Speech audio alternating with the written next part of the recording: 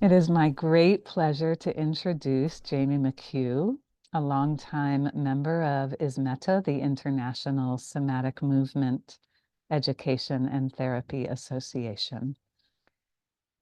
Jamie is founder of Somatic Expression, Body Wisdom for Modern Minds. I approached Jamie in the spring asking if he would share his expertise in ecosomatics for Earth Day, which happened in April. And generously, Jamie created a beautiful thread on ecosomatics in his Meta's member forum on our website, and then generated this fabulous idea of a podcast series. So here we are, episode number 3. Jamie, thank you so very much for being with us. Welcome. Thank you, Elizabeth. So, here we all are. What's going to happen? One of the interesting things, of course, in any improvisation is the element of chance. And today, one of our guests has not shown up yet. So, that creates a little bit of a swirl. But the first thing I want to invite you to think about, well, first of all, a little announcement. We are going to disable chat for this session, so you can really just settle into being present with yourself and our speakers. At this point, Michael and myself. Secondarily, because one of the things I've noticed in this technological age is that we have our habits of paying attention to the screen. And to reflect our values as somatic movement educators and therapists, I want to invite you to, first of all, make yourself comfortable. And if that means lying down, feel free to lie down, stand up, maybe at times move. Maybe you want to draw or scribble or write while this is going on, so that you are a co-creator in this event and not just a consumer. Because one of our challenges in modernity, because we've all been kind of joined together through the technological trance that we live in our synthetic environments, to consume, to take in, to consume. And so, how do we also participate and co create with our own expression? So, for me, that's really fundamental to reclaiming our soma as a body of life, and how we can then let that trickle out into the larger planet. Because, of course, as we know, that one of the challenges we have with the earth changes right now is that we need to consume less, particularly those of us who live in the Western world. Because all of us on this call, we are all part of the 1%. And we know it's the 1% and the global north which is consuming a very high proportion of resources on the planet. So, just like in somatic practice, how we learn to conserve energy, to align ourselves with gravity, to move with less effort, as well as being able to sum up our energy to meet the demands of life, it's also incumbent upon us to really think about, how do I consume? And how do I create? And how can I begin to shift the balance in terms of my creative potential to find new sources of inspiration, to be able to participate in the commons in a very different way? So for me, part of our world of somatic movement education and therapy is a bit countercultural.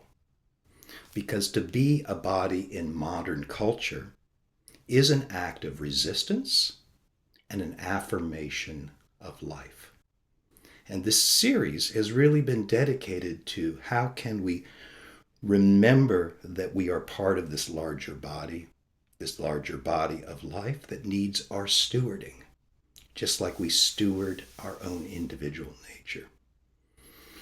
So, so feel free to get comfortable, to close your eyes at times, to lie down. I mean, and of course, when I was out in the woods this morning, of course, I had to bring this in because I was thinking of this sitting under my tree. And I was coming back out through the woods and I realized, oh, I need to clean out one of my bird houses. And I found this incredible nest. And I thought I'd been thinking about the theme of comfort. And I mean, this bird's nest, oh my goodness. So the natural world is reminding us about being a body, creating environments of softness, of comfort. I mean, the creativity of this nest is unbelievable. The world talks to us.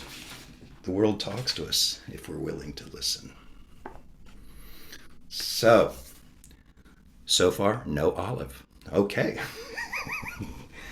So I'm very happy to now introduce Michael Jasmin in Paris, France. And I met Michael last summer when I was overseas teaching my embodying nature workshops. And I was very impressed by what he was doing in the world and his point of view.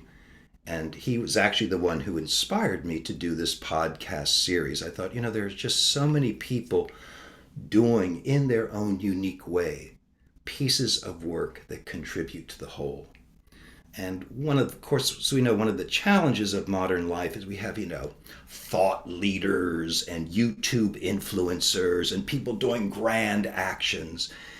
And it can actually, I think, disempower those of us who, in our own unique way, are moving with small, sustained steps. The world needs all of us to take action in our own unique way. So for me, it was important to really invite into these conversations people who are doing interesting, unique work.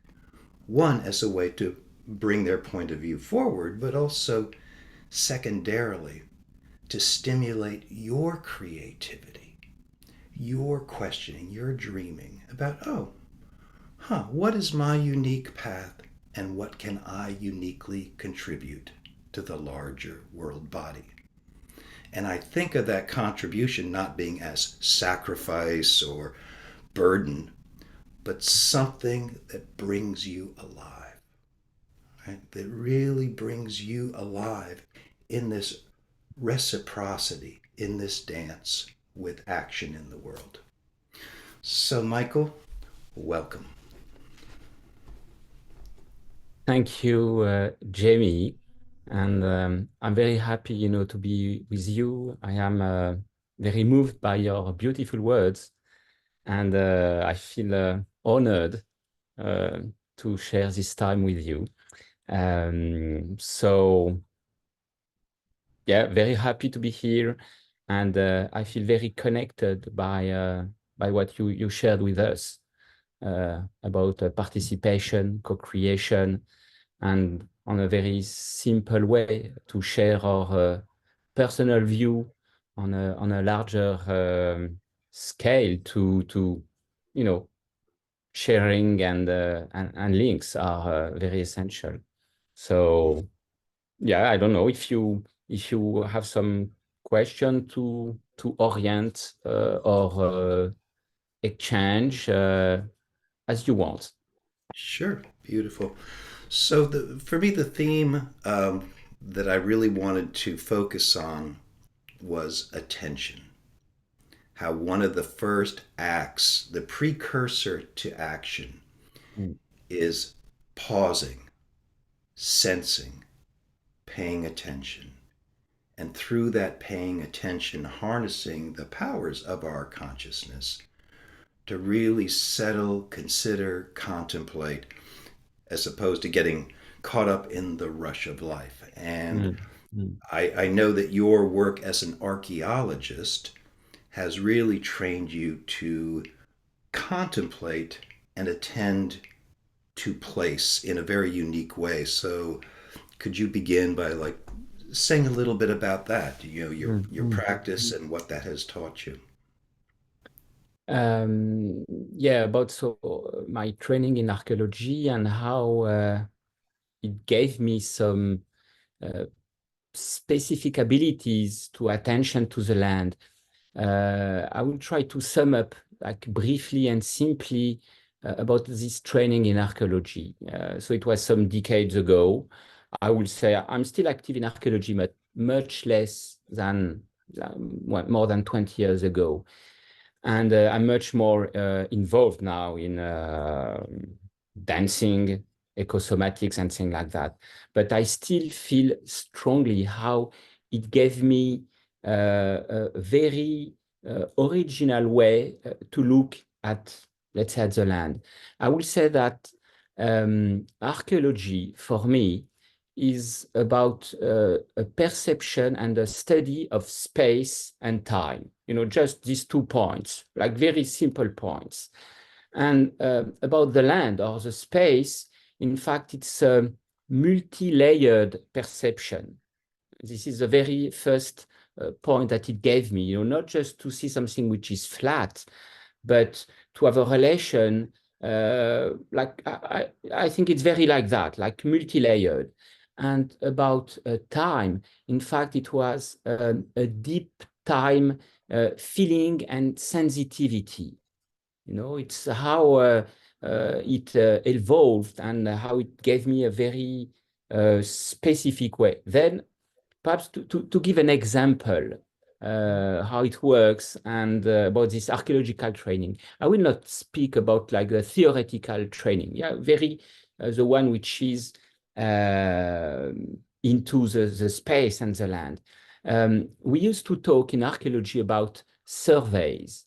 Surveys, it's about, let's say, walking the land. It's walking, traveling. It could be driving also. You know, you are in a region and you have to survey that region. So it can be on a small scale, you know, just spending your time to look at the earth, at your feet, in fact, to try to find small evidence of a small past object or thing like that, or it could be a very attentive looking at the landscape in order to this is the important point. Huh? It's the intention, you know, for sure that you put into that observation of the land.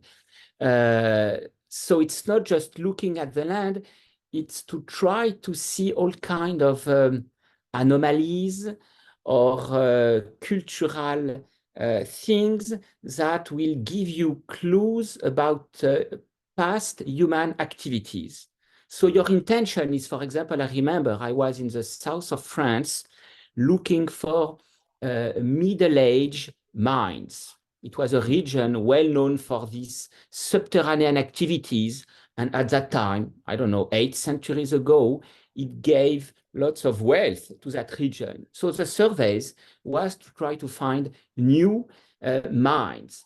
So we were in cars sometime on very small roads, driving very slowly. It could be like 10 kilometers or, you know, 10 miles per hour, so even less.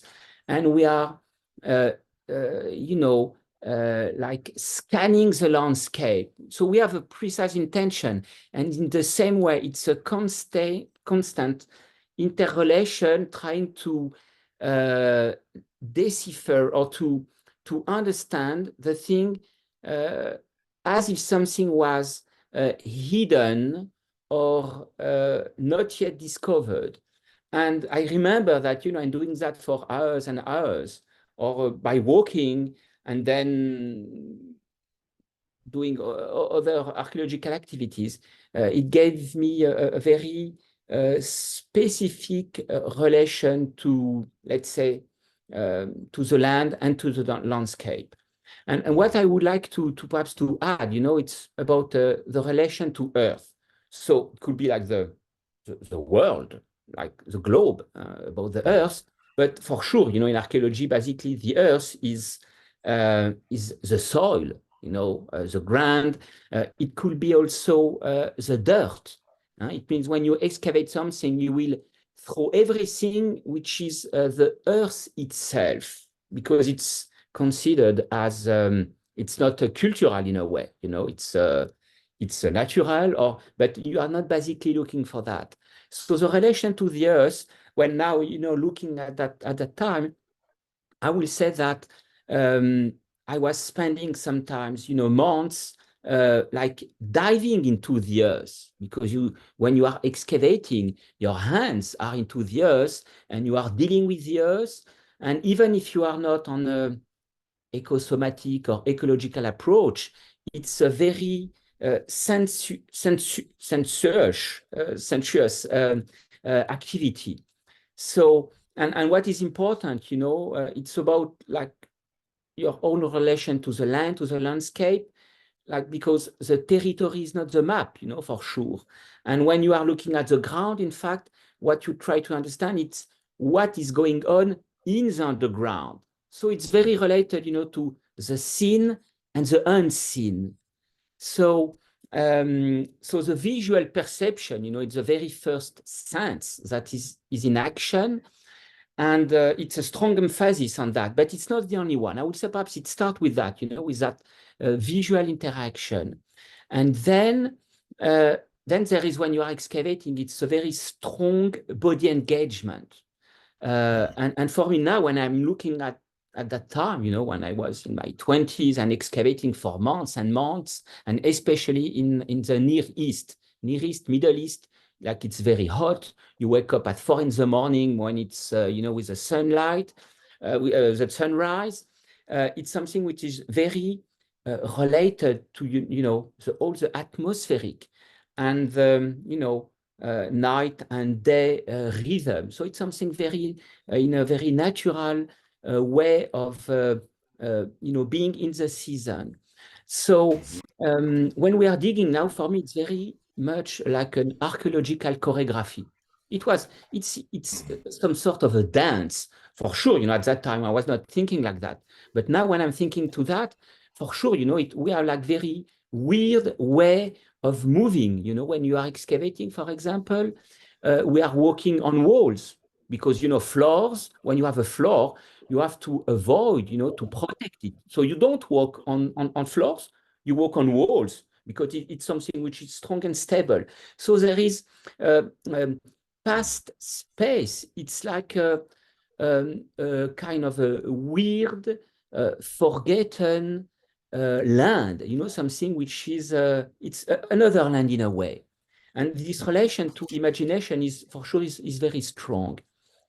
And perhaps there's so much that you've offered that it just really stimulates a lot of my own thinking in terms of, as you said, kind of going backwards, the movement responses of, in a sense, navigating this environment, the dance of participating in this particular landscape, as well as your attention to place. And as you talk about those archaeological digs, being up at 4 o'clock in the morning, the sunrise, really witnessing the change that's happening and feeling the impact of that on your own body, so that, in a sense, what you're doing as an archaeologist is not just visually based or kind of tuning in and focusing on like a specific goal or intention, but also a very sensuous experience and direct involvement with place. Yeah, totally, yeah. And I think this, after like the visual perception, then the body engagement on the side, then there is like another strong sensuous relation, with the object. It's something about object or bodies, dead bodies sometimes that you have to excavate. So there is relation, to a deep time, which is very unusual. And when you discover something, it's something with, like, on a sensitive level. It's excitation. It's also discovering something. In a way, for me, it evolved in some sacred geography, or or the analogy between body and earth. Like body is earth, like through what is present for you, like the atmosphere and like the strong body involvement. You are sweating, it's very hot, it's in a way it's not yoga movement, it's kind of a violent, for yourself, but in a way it's part of the game. And so the body is very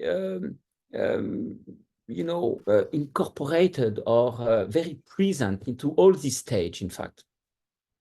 Well, it's interesting because my guest last time, Nala Walla, had been taking somatic practices from her training into her work on her farm. So, how to be aware of the body, lifting the wheelbarrow, moving things from place to place, chopping wood, digging.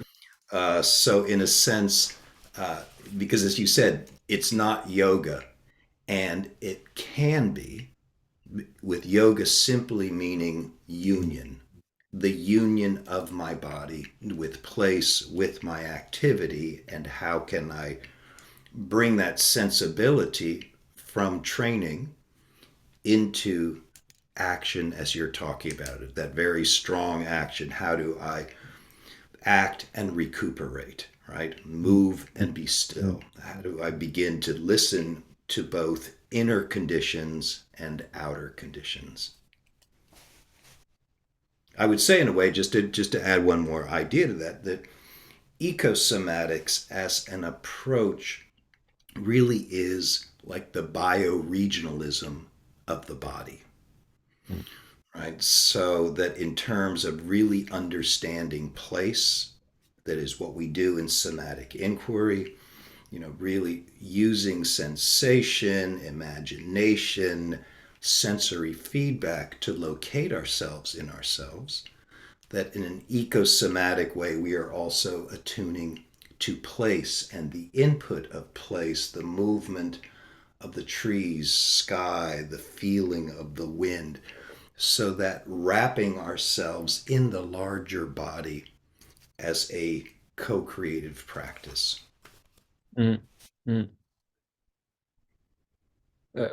I remember that about time, and space, something which is very specific with archaeology is a very long time that you spend in a small place. It could be, 2 yards on 2 yards. You can spend a week, 2 weeks, in that same space.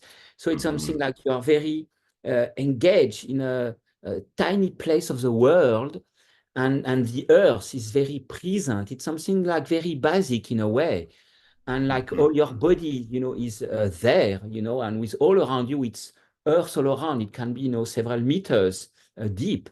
It's something which is very very unique and a very strong experience, how you relate and how you are into the earth in a way.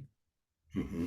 And I'm glad you brought that up, because I think it's wonderful. Like you said, spending that much time in one place. And that's ideas sometimes that we have to go a lot of different places to experience environments where sometimes the land underneath our own feet, here and now, is kind of the place to land and to pay attention to. I know years ago, my godson asked me, he says, well, are you ever going to get tired of photographing at Sea Ranch? Don't you want to go to other environments? And I was like, well, if I show up each day to the same place, the tide is different, the light is different, the conditions are different, that the rapidly moving planet is constantly changing the conditions, and that arriving in place and feeling it through many different changes is a very rich relationship, which it sounds like also the closed score, I have to stay in this place for so long, creates a focus and an ability to drop down more and more into place. It's yeah. I totally agree. It's a practice that shared and proposed to people in I used to do like a workshop of deep ecology and things like that. And, you know, from the eight shields approach, you know, it's as a side spot. And the side spot is like at the very morning when you wake up, you go directly, you know, in nature, like very close by where you are living, and you sit for, you know, it could be 20 minutes just doing nothing. And it's not to have a view on a large scale, you know, it can be at 10 centimeters, you know, from a flower, or like in the middle of the grass, but like every day, every season at the same place. And by not moving for some time, you know, like animals used to come by close to you, and you see how nature is evolving day by day, month by month, and season by season, and how everything is changing. You know, you are more precise, you know, by coming back to that same place every day. And it's yeah, it's something, it gives a lot, you know. There is you go deeper, you know, into yourself and into your knowledge, you know, of that side spot place. Right. And I think it's kind of a wonderful practice in its own right, is like find your place. Mm, Find your place that you can return to over and over. I have a mm, specific tree on my land where I sit there, and that's all I have to do is just sit, arrive, be held, lean into the tree. Sometimes eyes closed, sometimes eyes open, but just knowing that each time I'm down there, something will reveal itself, something will emerge. Even if that emergence is simply just, ah, I feel good in my own skin. That is enough, but that the tree, my relationship with that tree, really allows me to experience that environment in such a precious way, right? mm, It's so we don't have to go far to have a relationship with the planet. And mm. so I'm curious because you mentioned deep ecology. So I'm wondering if you could say a little bit more about your involvement with Joanna Macy's work, and maybe say a little bit about what Joanna Macy's work is for people here who might be unfamiliar with what she's doing. Mm. Yeah, so Joanna Mace is from the US, still living on the West Coast. She must be now 94, 95 years old, still active. She's a very engaged person into political matters, you know, about nuclear question, feminism, and then also deep ecology. And one of her book, you know, one of very well known is Coming Back to Life. And in fact, it presents her process that she called the work that reconnects. And that process, so I've been experienced it, and I've been formed, you know, to organize workshop in order to transfer it and to experience it with other people. And that process for me is something which is very organic, very clever. It could be from 2 to 6 days, or it could be even longer. And it's very much about emotion, about, you know, talking and sharing. And it's very much about um, like the ecological crisis, and how on a personal level, but more on a common level, you know, how we can be empowered and change things into our life together and on larger level. And for me, I would say that process is very much about like what we used to call like the triple links, you know, the link to ourselves, the link to the others, and the link to nature. So there are, you know, it's a very famous way, you know, to proceed, or to define that. Uh, so when I discovered her work and that process, it affected me a lot. And I will say that for me, that the primary connection will be what is called like a deep time. In deep ecology, you can have that deep time concept or idea.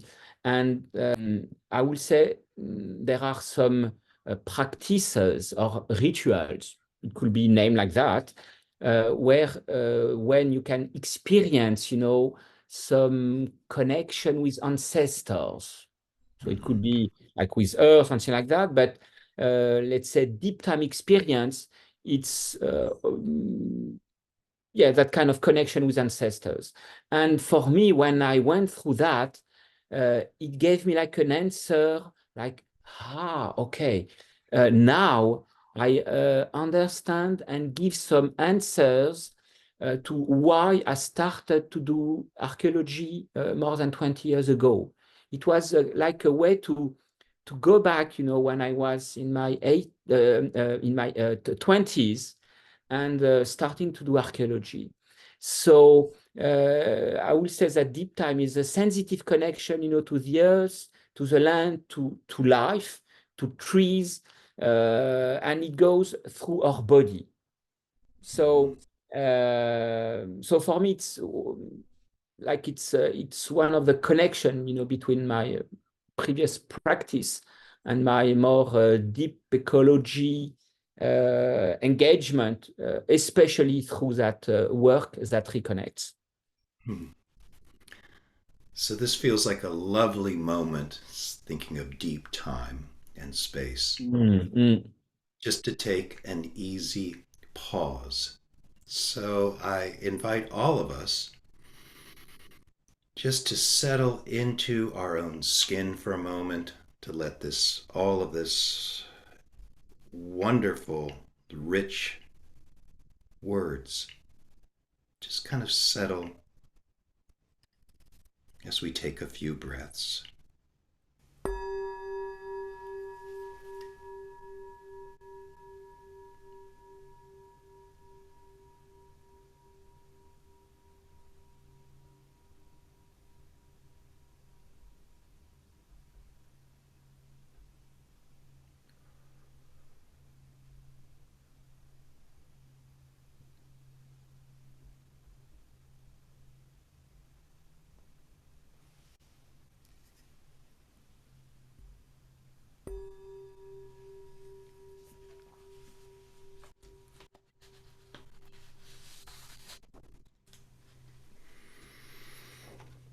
So I want to offer a poem by William Stafford that came to me last night, and it seems so perfect for our time together. And of course, for me, art and thinking in other categories is important for the fullness of our experience.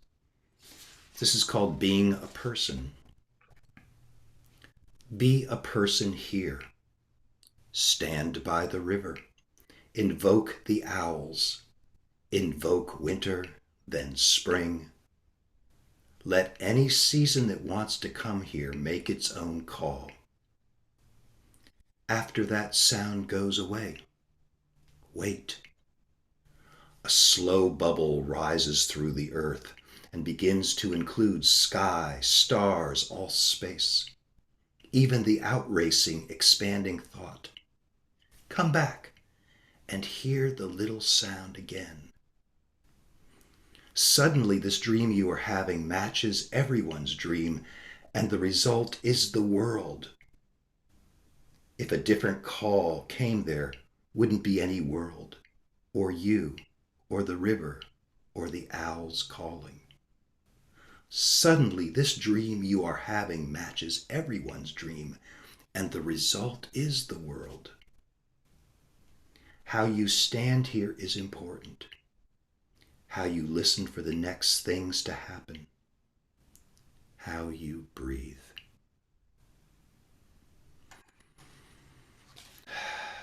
So for me, the richness of that language in that poem kind of brings us back to that remembrance over and over again.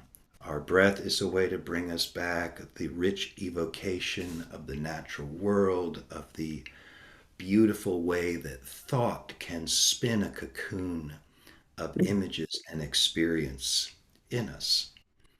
And in this conversation with you, I've really found myself kind of really thinking about time and space, and like you said, that really being in a small space. And the last question I want to ask of you is there's another aspect of your participation in the world, which is being involved with Extinction Rebellion. So to kind of move from the very personal and just right here to that broader reach of your work in the world. And I was wondering if you could say something about that. Yes, sure. Um, I would say that this engagement, with Extinction Rebellion in Paris, um took shape, like in street occupation or different ways. For me, it's a level of political engagement that goes uh, together with deep ecology, also involvement. And it's important for because it set your body presence in relation to space, but also, to powers, to institutions, to state power, or in the political arena. So it moves you, from your sometimes somatic practice or engagement, with just other people, like let's say on another level and with other intention. And it's also a way like to test, empowerment, capacities and the reality, when you are in confrontation with political struggle. So it's all this, expansion of awareness and engagement. And on a scale, of a political action, we could talk of nano-political actions, like to sort your, things on a daily basis, plastic and food and things like that. It's a nano-political effects. It could be also like micro-political effects. For example, like dance. You dance with other people, and by engaging, it's also there is a political reason and effect it can have. And then there is a political basic level, which is, I think, the extension rebellion of being like with more numerous people. And then there is like macro political effects, but it's on your individual level. I think it's very difficult to be concerned with that. It's state and international decision levels. So for me, that level of Extinction Rebellion, it's a way to be connected to some other body experience, and also it helps me to I will say to situate myself, on a more daily urban life and interrelation. Mm-hmm. Mm-hmm. And it's, many, as I'm listening to you, many levels of participation. First, even, like you were saying, just even being aware of space and yourself in space with others as a collective, testing your capacity and your strength to be a unified voice in terms of demanding action, response, and the choreography of the street action, and that how that can be inclusive and welcoming. Very often our political demonstrations can be off-putting for people or scare people because of the level of you know anger that is expressed, and of course, in considering these larger choreographies of street protest, how can we invite in different qualities of participation, mindfulness, somatic agency. So, I think that there's an evolution that hopefully can happen in how this theater in the streets can become also another venue and Mm. another way for people to take action, just simply to join up and be part of, with their bodies, with their embodied presence, to be part of a movement. Yeah. Yeah, totally. Hmm. So I'm aware that we are at like a quarter to the hour, and Elizabeth, if you wish, could you open up the chat again? So if people want to contribute things that way, or if people would like to ask a question or respond, let's open it up. I may see Olive as well Oh, in the room. Would you like me to? oh, please come on in, Olive. Hi. Hello, everybody. Can you hear me? Hello, Liv. I am so incredibly sorry that I am this late. I am here. I am a little yes. So, Your sound, something's weird with your sound. yeah. I can't really hear.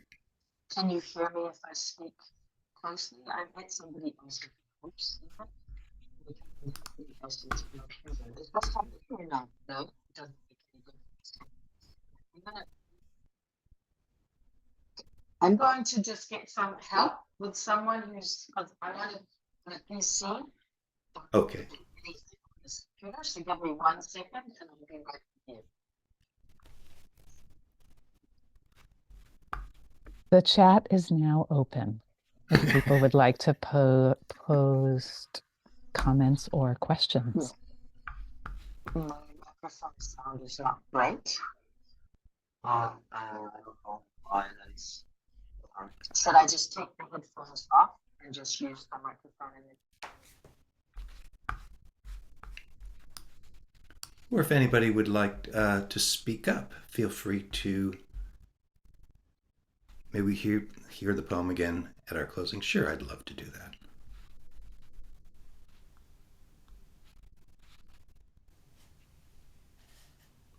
Anybody who'd like to offer something, a response, a question, a curiosity?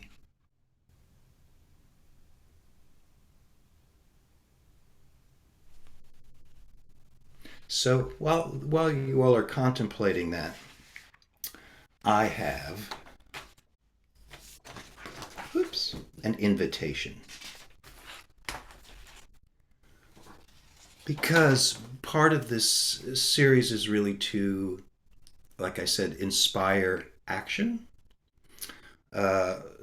So what is the one action you can take this week to affirm your connection to the planet?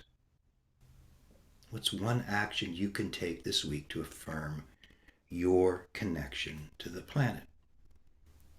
And that may just simply be doing something that you often don't do. It's like, oh, I usually kind of walk someplace, and I'm going to find like a place where I'm just going to sit and kind of, like Michael suggested, just be still and wait for the environment to unfold around me. Right? I'm going to lay down on the earth. I am going to, whatever speaks to your imagination and creativity. And then the other proposal is, what is one action you can take this week to support the life of the planet?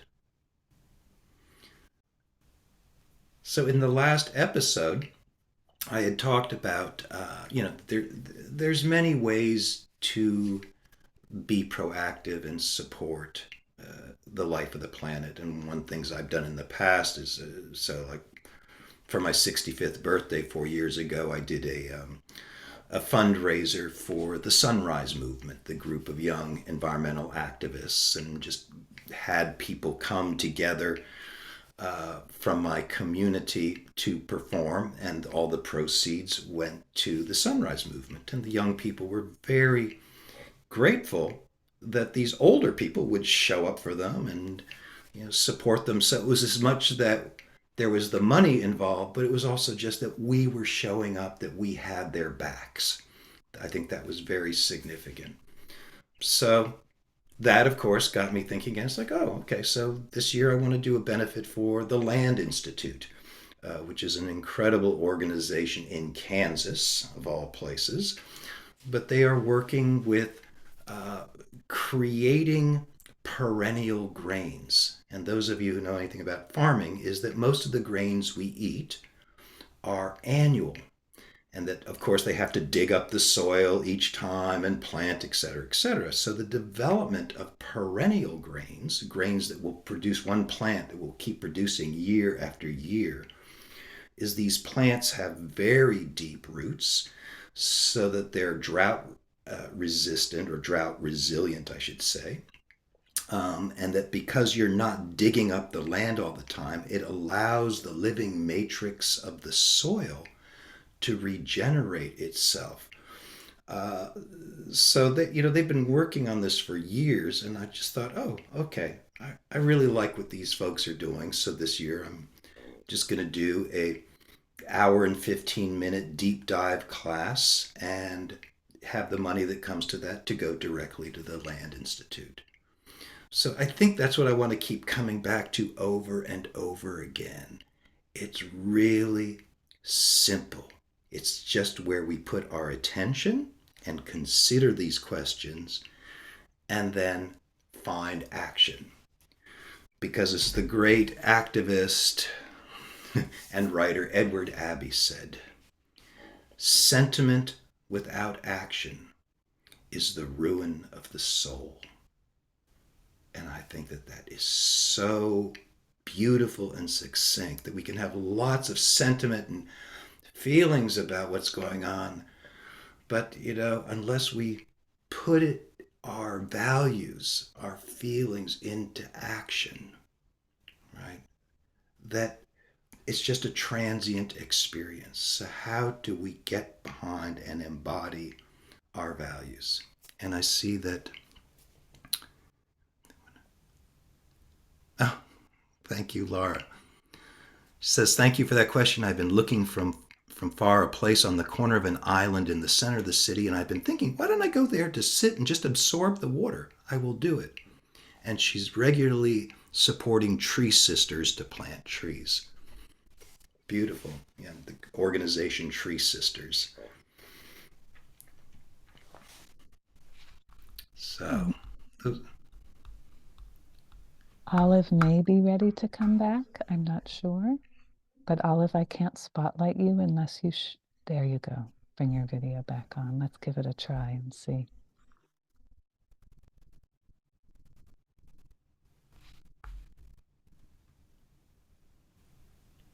hello. There's still no voice from you. No, we can't hear you now. I see your lips moving, but I don't hear any sound. Okay. A moment of dance. You could have a movement conversation, a nonverbal exchange.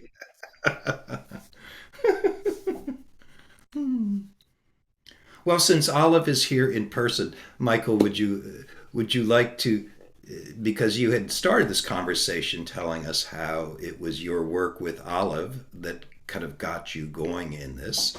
So could you take us there? Give us an example of what you did on the land that was through movement explorations that inspired you.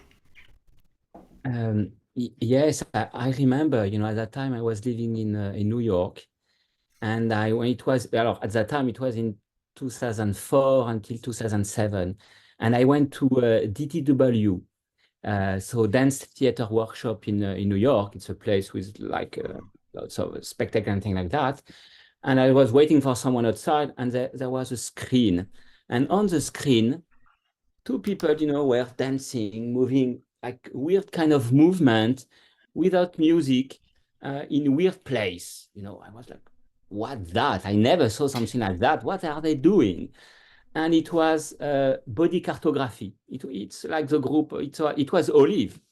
And I thought, wow, this is like wonderful. It inspired me. So I went, on the internet, and then I saw that they will give a couple of months later, a workshop in France, in south of France. And at that time, I knew that I will be in France for some time before returning back to New York. So I registered and I discovered with Olive, so it was in 2007, I think June 2007, I discovered Contacting Pro into nature. And since then, I felt in love, with that kind of approach, with her work, like her kind of presence. And it was very interesting because she did not ask me anything about like the kind of place where we went to dance every day. And it was close to a river, but a day it was also in a Middle Age castle. So it was not about just culture, nature. It was also like cultural place and that kind of interaction at many levels. And so since then, I've been always dancing. I love to dance, but it was with music and with her. It was a Contacting Pro, but that with that very strong interaction with nature. For me, that was like it was a very difference. It was not just. It could be, in a white studio, and it's great too.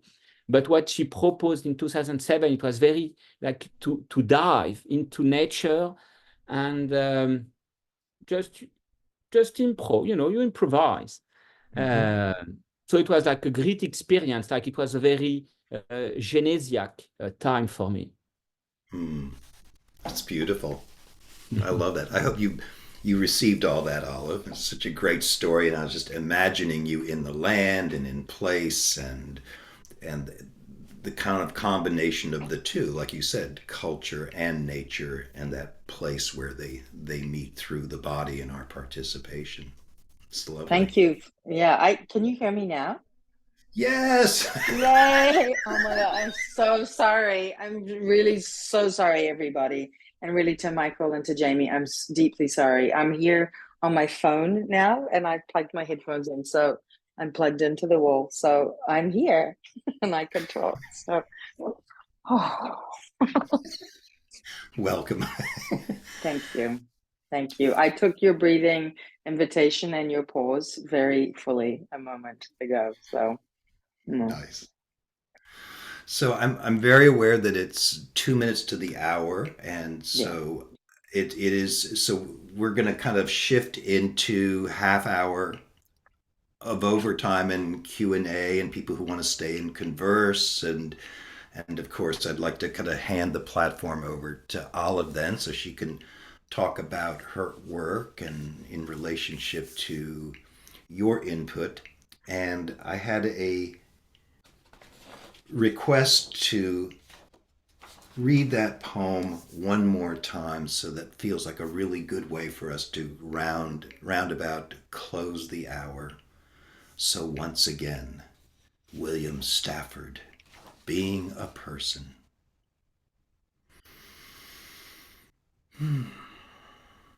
Be a person here. Stand by the river. Invoke the owls. Invoke winter, then spring. Let any season that wants to come here make its own call. After that sound goes away, wait. A slow bubble rises through the earth and begins to include sky, stars, all space, even the outracing, expanding thought. Come back and hear the little sound again. Suddenly, this dream you are having matches everyone's dream, and the result is the world. If a different call came, there wouldn't be any world, or you, or the river, or the owls calling. How you stand here is important. How you listen for the next things to happen. How you breathe.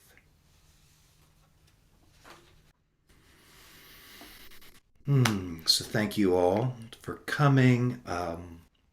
And please, if you have, just down the road, if you have any thoughts or input as this series continues, please drop me an email. Just let me know your thoughts, responses, because this is a co-creative, evolving process that for me what's important is that it has soul, that it's relevant, practical, and supports you in your own journey being a co-creator with the earth.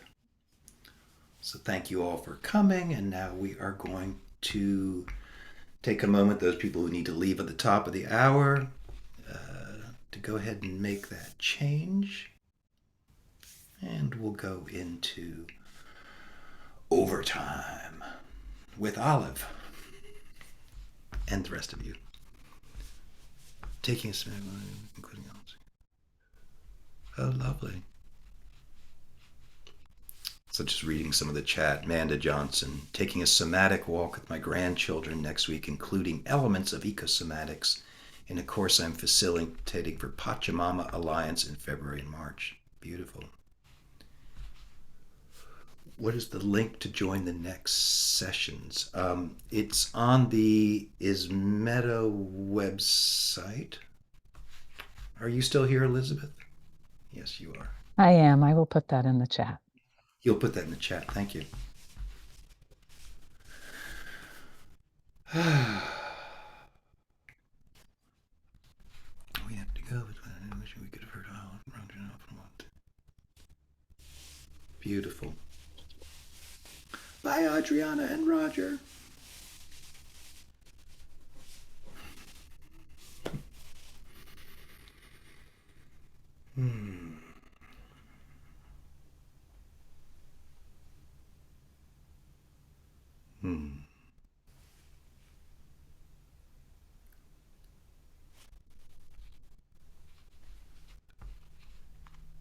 You have to go to a meeting in 15 minutes for Michael.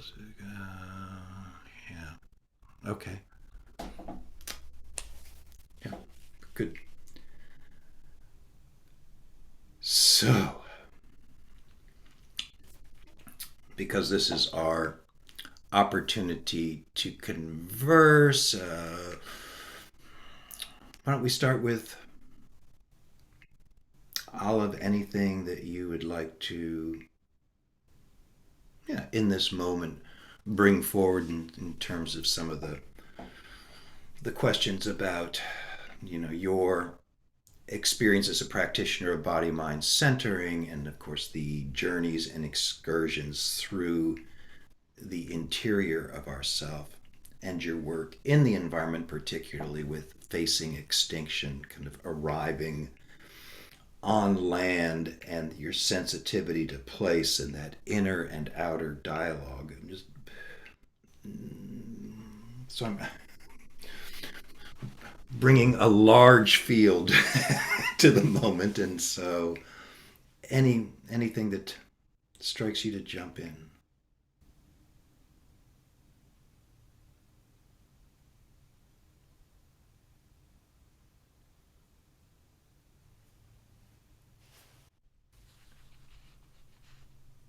And we can't hear you.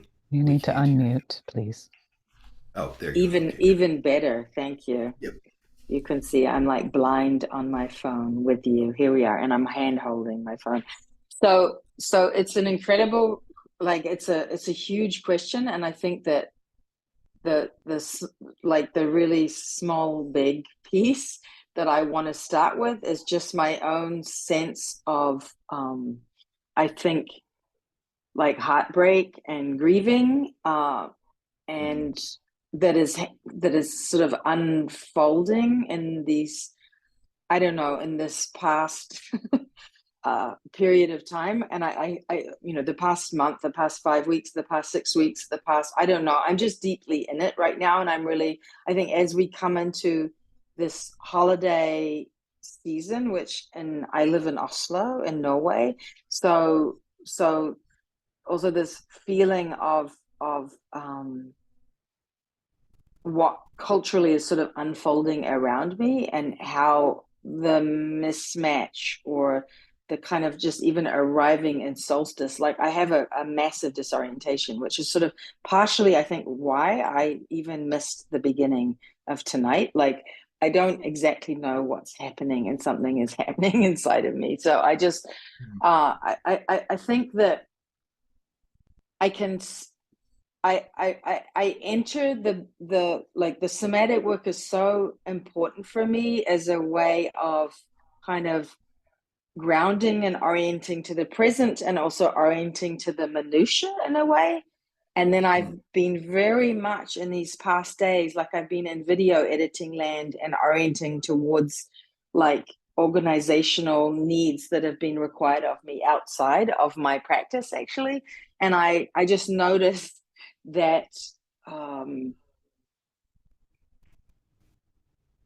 I haven't been I'm sort of in a, it's such a, I mean, it's such a sort of a great point of entry. Like I teach the body mind centering work, and I work with clients, and I make artwork as a dance practitioner. So I really deeply lean into the somatic work as a kind of language, as a lens, as a way in which I create this kind of educational ground for people through my artwork, but also through my teaching and through my hands-on work. So it's super, it becomes everything in terms of this way of orienting. And so I think that the depth and sort of the opportunities and the richness that exist in these sort of transformed ways of perceiving our own movement on the planet in this time, but also the movement of the earth and the movement of the water and the movement of all of these other bacteria and beings and life forms, and the movement of others around us, like all of these different kind of elements that we are moving through, that this orientation through the systems of my own body just open out into all these systems that you know, that are within the ecosystem and the environments in which I'm living. So so this sort of this dissolving, I mean, I think already, right, when we're working, we're looking at senses and perception, we're understanding how we perceive as beings on the planet, that this is already like a multiple kind of looping Mobius strip, this inner outer dissolving that happens, and that we can go into the specificity and the minutia of our own body, but that actually opens universes inside us, but it's also opening us to these universes outside of us, right? And into these kind of extended relational fields, be they with other elements or with other beings. So maybe that's enough of an answer to that question. I'm landing through the woods, so just thank you for writing with me. Yeah, thank you. Yeah, I'd like to come back, if it's okay with you, to where you started from in terms of the grief. You pinpoint or speak to that, just to bring that element into our conversation, which of course is so important. Yeah. To it. So as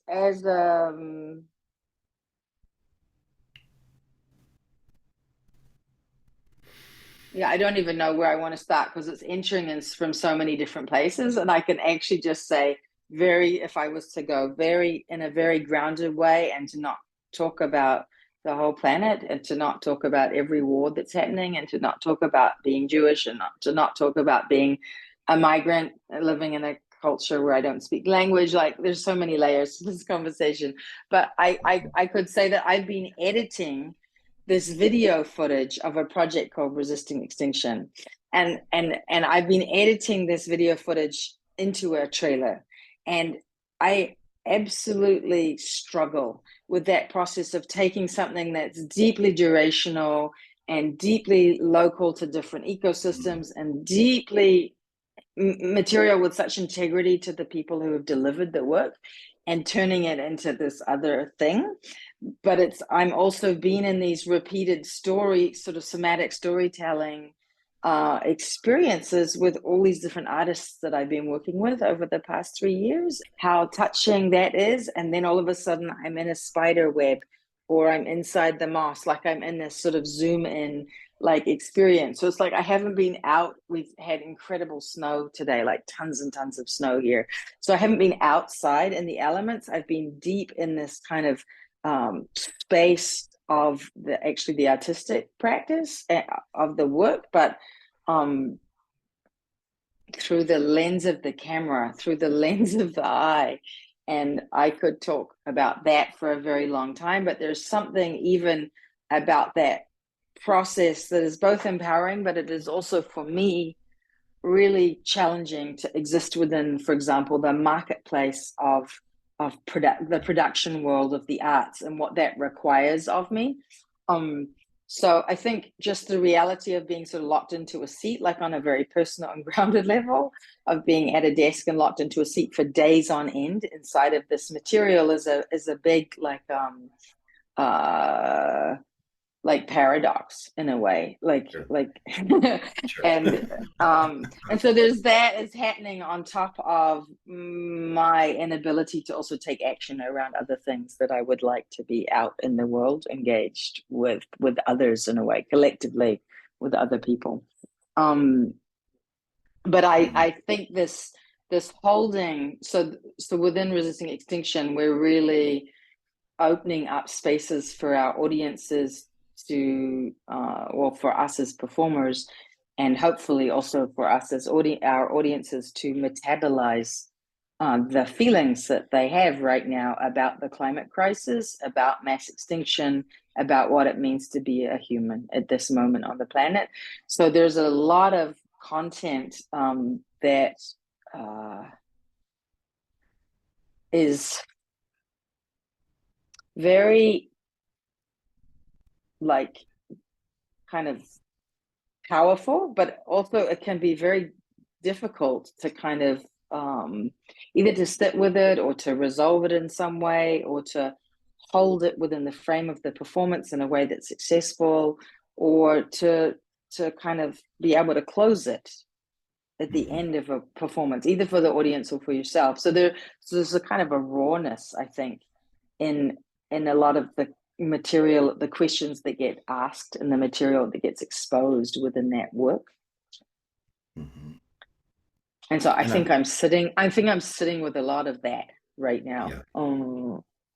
And I'm aware of that dynamic tension, as you were talking about, between the rich, palpable, full experience of the work and the need for kind of a reductionist effort to put it into a trailer, which is a visual piece. And in that dynamic tension, how do you find a way to really communicate the depth of experience that you're offering? And so, because people here might not be aware of your piece Facing Extinction, and I was very taken by your description of it before when we talked about it. So if you could give kind of an overview of what is this experience, and how are you, how do you work with, like, for example, a community that you go to and then invite witnesses or audience members? So say a bit about that. I think it'd be very helpful. Yeah. So Resisting Extinction is a work that is really attempting to share practices for how to live on a damaged earth. And it's a dance work. And we developed it in Oslo, so in the forest next to the fjords here, kind of in the middle of the city. And the work unfolds in 3 parts. The first part is called a weather walk, where we take someone for a walk. And maybe we begin with the small talk about the weather to really then kind of touch into talking about the climate crisis. But it's dialectical, so we move between movement and language all the time.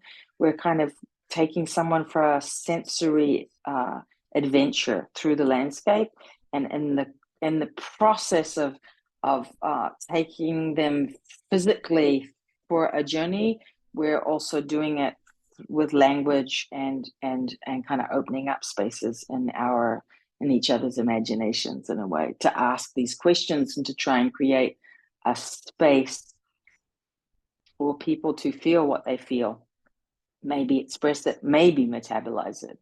So this is the kind of one-on-one, half hour, 45-minute long event called a weather walk. And then this is followed by a second section of the piece called the missing. And the missing is more of a kind of deep time. We set up a part of the landscape and we give like a kind of deep time introduction to who was here, what other beings were living here 10,000 years ago, or 1,000 years ago, or 100 years ago, or who's still living here, who is missing, who, so sort of opening up the questions of the endangered and extinct beings who may or may not be present in this particular landscape.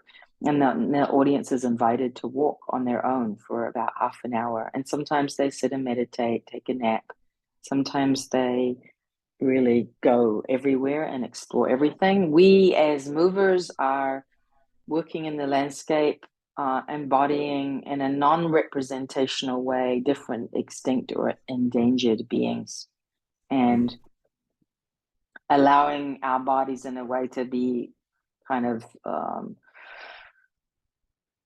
available to whatever comes through us on some level.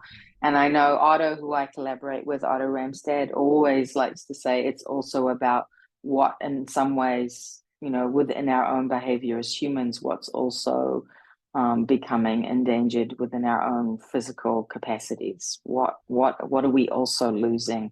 So how can we give space actually to everything that we can be as bodies, as movers, as people?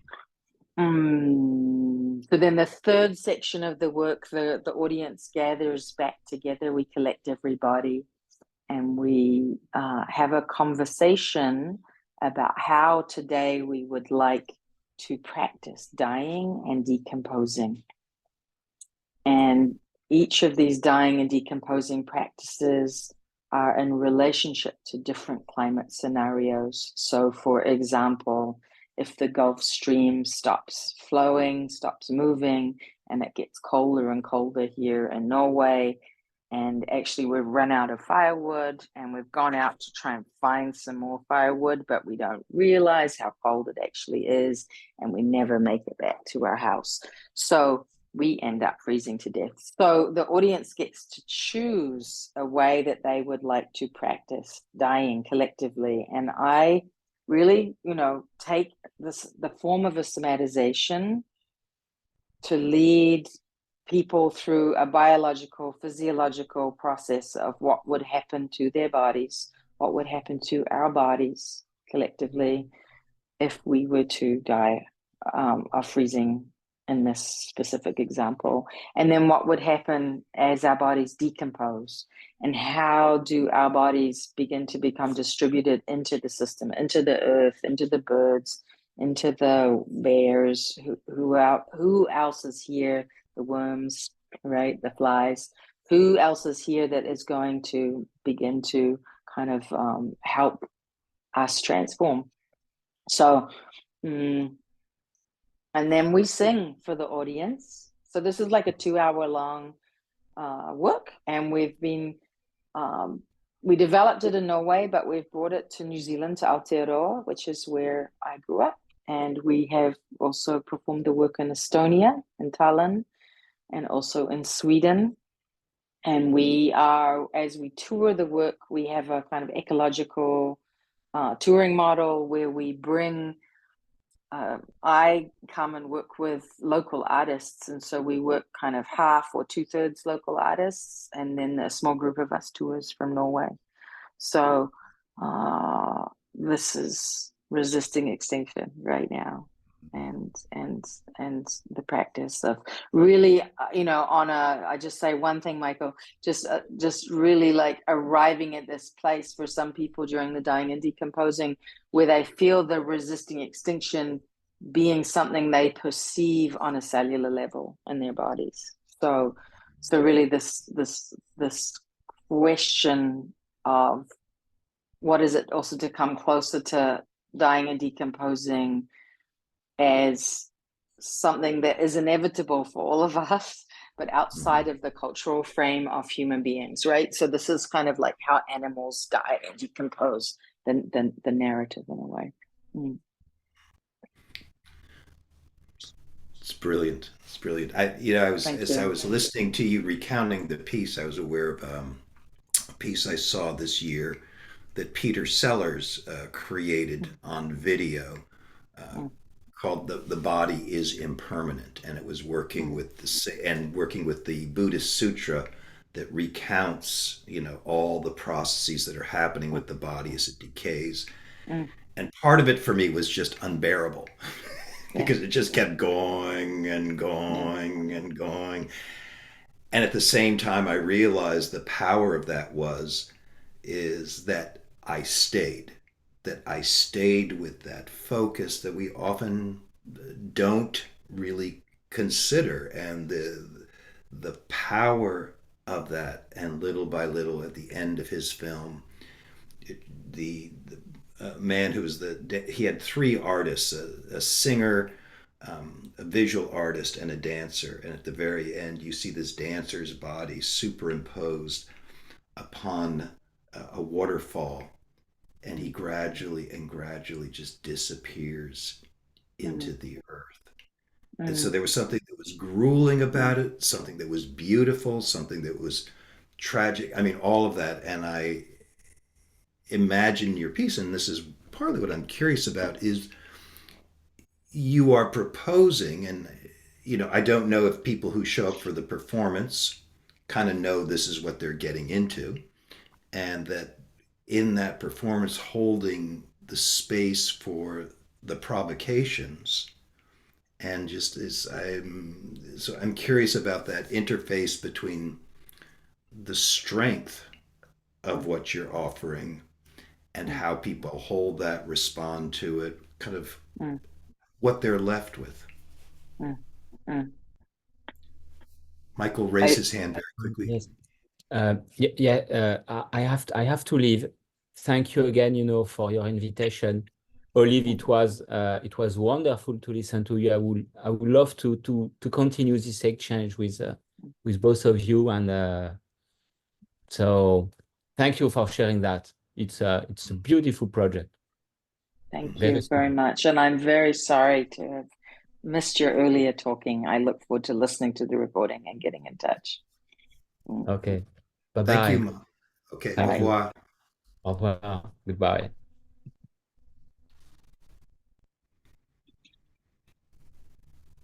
I think for sure, it's not like hundreds of people are coming to see the work.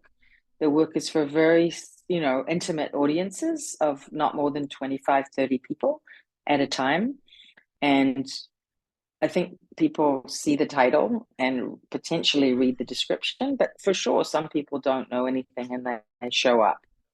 But they have to make a bit of an effort to get there because it's not in the theater in the city, right? So there's already a process of a kind of gateway, and maybe this is an ethical question, maybe it's questions of consent. Like on some level, they've booked a ticket and they've followed these very specific directions and they've found us in this specific part of the forest. And it maybe took them 45 or 50 minutes maybe to get there, depending on where the event is. So I do feel like, and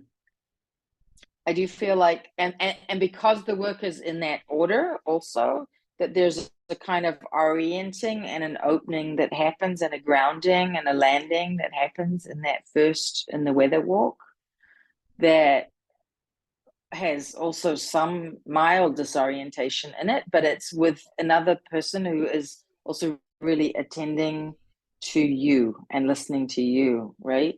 So then the second section is like open and you're a free agent to do what you want in some ways. You could wander off. It's more like an installation, right? Like it's really, you could wander off, you could be present, you could, and then the third section, people are also informed. They have a choice as to whether they want to participate or not.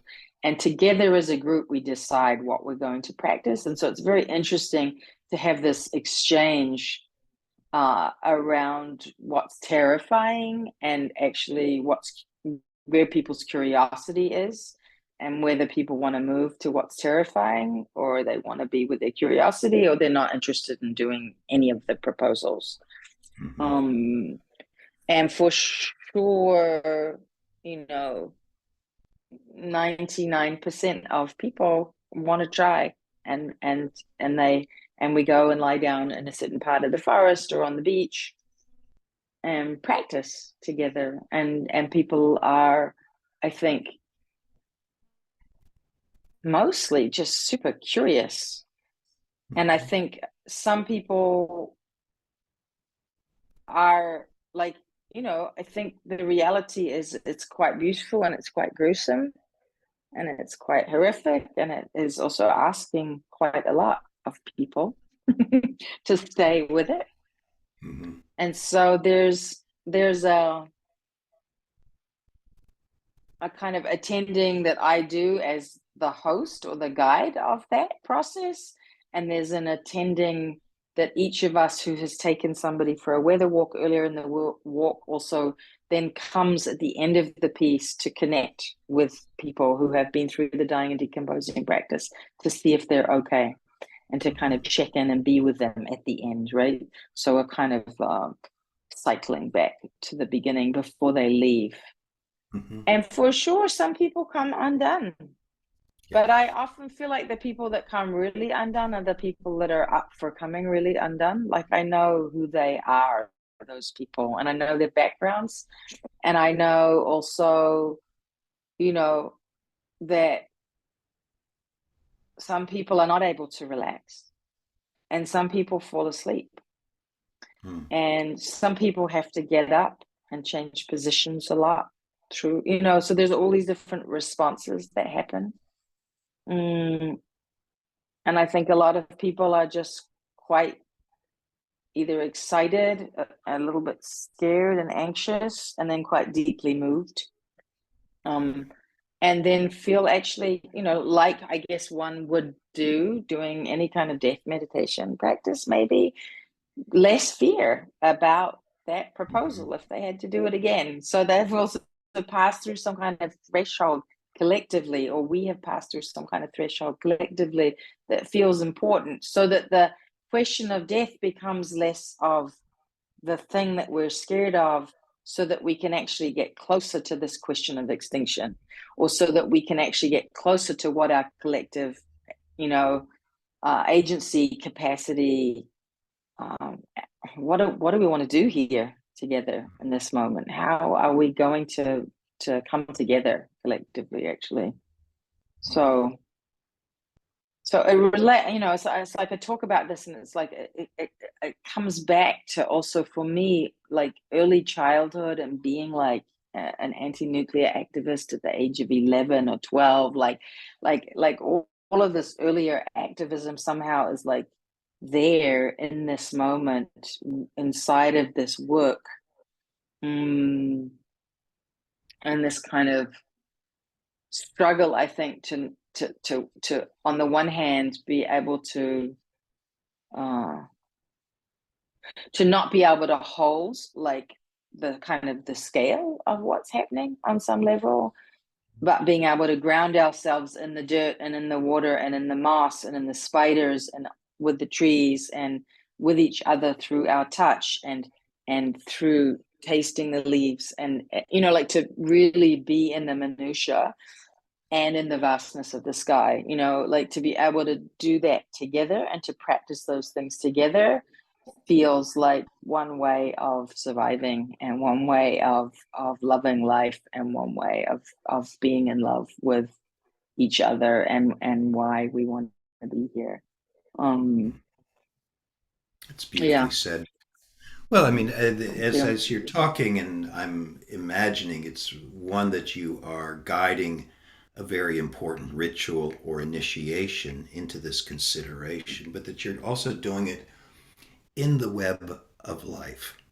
It would be very different, for example, if you did it in a black box theater. Right? Yeah. The fact that you were out on the Yeah. land and participating, that really modulates, for example, perhaps that fear of decomposing, to see yourself reflected in that tree, for example, that is gradually coming apart or whatever. So, yeah, I just think it's a brilliant ritual, and I applaud you for it because it's not the most comfortable Yeah. entertainment, but it is the substance of how our art can really open up other ways of perceiving ourselves and, like you say, dealing with the emotions that arise when resisting extinction. It's funny that I called the piece "facing extinction," resisting it, It's but okay. but It's okay.